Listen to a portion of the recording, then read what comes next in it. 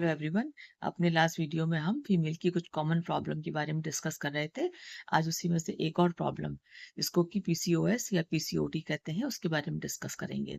देखिए, पीसीओएस जो है एक सामान्य सा हार्मोनल इम्बैलेंस है जिसमें जो ओवरीज होती है उसमें छोटे छोटे सिस्ट बन जाते हैं और जिसकी वजह से उसका एग मैच्योर नहीं होता है। तो पीरियड्स भी इरेगुलर हो जाते हैं और साथ में बच्चा भी नहीं रुकता है।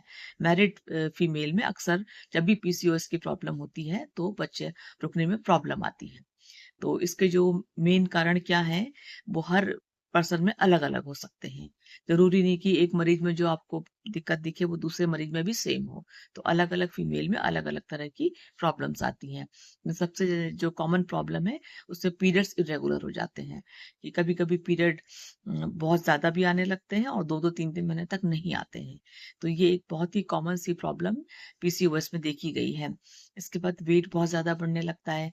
पेशेंट का खास करके लोअर एब्डोमेन के हिस्से में या उसके थाइज़ में या उसके आर्म्स में कुछ देखा जाता है कि बहुत ज़्यादा अ, वेट होने लगता है और जो स्किन है उसमें उ उसका कलर भी डार्क होने लगता है, स्पेशली नेक के पीछे वाला या आर्मपिट में। इसको हम लोग एक्ैंथोसिस निग्रा बोलते हैं और इसमें जो हेयर फॉल बहुत कॉमन देखा गया है और कुछ ऐसे हिस्सों में जिसमें कि पैचेस में बाल निकलते हैं या जो जहाँ पे फीमेल्स अपनी मांग निकालती हैं आगे फ्रंट साइड में हेयर लॉस होने लगता है और कभी-कभी चेहरे पे या उसकी बॉडी में बाल आने लगते हैं, जिसको हमारी लैंग्वेज में हिर्सुटिज्म कहा जाता है। और मैरिड फीमेल में देखा गया है कि इसमें कभी-कभी बच्चे रुकने में भी प्रॉब्लम आती है। तो ये किस वजह से होता है?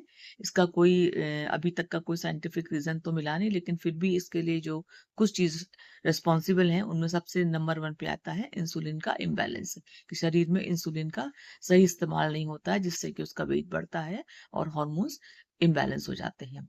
एंड्रोजन का बढ़ जाता है, ये एक तरह का मेल हार्मोन है, जो कि फीमेल में अक्सर बढ़ने से इसीलिए मेल कैरेक्टर आने लगते हैं, जैसे कि एलोपेशिया यानी कि गंजापन और चेहरे पे, शरीर पे बाल और वेट का बढ़ना।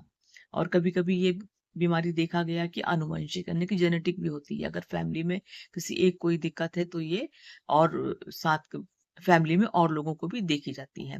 और सबसे इसका मेन आजकल जो रीज़न है वो है कि खराब खान-पान यानी कि खराब जीवन शैली कि लोगों का आजकल खान-पान इतना ज़्यादा इम्बैलेंस है कि और रात में जगना और कई सारे इस तरह की जो दिक्कतें होती हैं उसकी वजह से भी ये बहुत कॉमन फीमेल में हो गया है।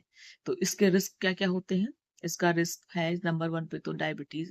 अगर इसको समय से ट्रीट ना किया जाए तो शुगर का खतरा बढ़ जाता है, साथ में हाई ब्लड प्रेशर का और हार्ट प्रॉब्लम्स बढ़ने लगती हैं। और कभी-कभी ये भी देखा गया है कि जो यूट्रस की जो लेयर होती है उसका कैंसर, जिसको कि हम लोग एंडोमेट्रियल कैंसर कहते हैं, ये भी बहुत कॉमन है अगर टाइमली ये ट्रीट नहीं होता है तो। और इसके जो ट्रीटमेंट में हम लोग इसके लिए कुछ जाँचें कराई जाती हैं जिसमें पूरा हार्मोन का चेकअप है जो कि वही पीरियड्स के बाद हम लोग या खाली पेट करवाते हैं और एक अल्ट्रासाउंड और अप-डाउन करा लेते हैं।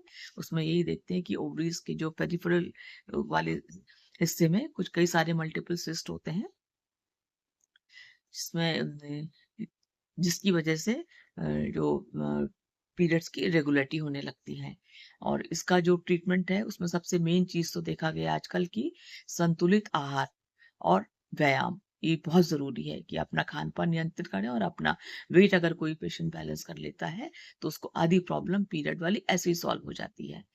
और साथ में इसको जो भी अगर दिक्कत ज़्यादा होने लगती है, अगर पीरियड बहुत-बहुत दिन तक नहीं आते हैं, 6 मंथ तक का, तो उसमें फिर आपको डॉक्टर की सलाह लेनी चाहिए। पीरियड रेगुलर करने के लिए हम लोग इसमें ज़्यादातर मालाडी वाली गोली जिसको कि हम लोग पिल्स कहते हैं, वो दी जाती है।